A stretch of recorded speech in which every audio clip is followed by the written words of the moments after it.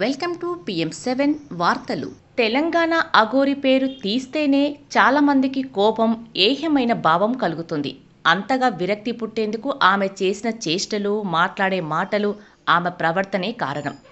ఆమెను బట్టలేసుకోమన్నా తప్పే, ఎవరైనా ఏమినా అంటే కత్తులు తీసి హింసాకాండకు పాల్పడుతుంటుంది. మొన్న కొమరవెల్లిలో, నిన్న సూర్యాపేట జిల్లాలో కత్తులతో జనాలపై దాడులు చేయటం లాంటి చేష్టలను, ఆమెపై ఉండాల్సిన ఆధ్యాత్మిక భావనను తీసేసి కోపం తెప్పిస్తున్నాయి. అఘోరీలంటే హైందవ ధర్మంలో ఎంతో గౌరవప్రదమైన భావం ఉంది. నిజంగా అఘోరీలు ఇప్పటి వరకు జనజీవనంలో విచ్చలవిడిగా తిరగలేదు, ఇష్టానుసారం కామెంట్లు చేయలేదు. నిజానికి వారి ధ్యానం, ఆచారాలు అంతా శివ పరమాత్మ కోసం, ఉత్తర దేశ హైందవ ధర్మ పరిరక్షణ కోసం మాత్రమే. అయితే తెలంగాణకు చెందిన ఓ అఘోరి మాత ఎక్కడ పడితే అక్కడ కారు ఆపేసి హల్చల్ చేస్తూ రోడ్లపై విన్యాసాలు చేస్తుంటే చూసేవారికి చాలా ఇబ్బందిగా, రోతగా అనిపిస్తుందని చెప్పుకుంటున్నారు.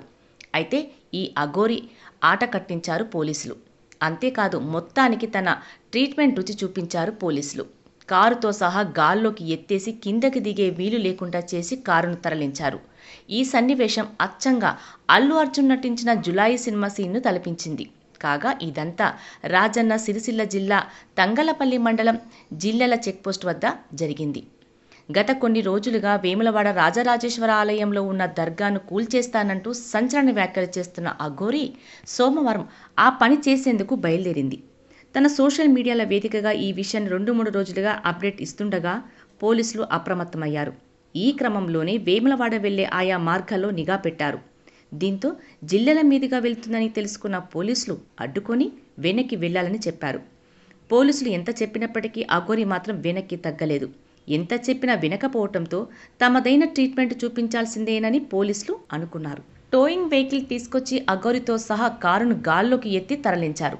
అప్పటికే ఆగ్రహంతో ఊగిపోతూ నానారచ్చ చేసిన అఘోరి పోలీసుల చర్యలను మొబైల్లో వీడియో తీస్తూ మరింత సీన్ క్రియేట్ చేసింది.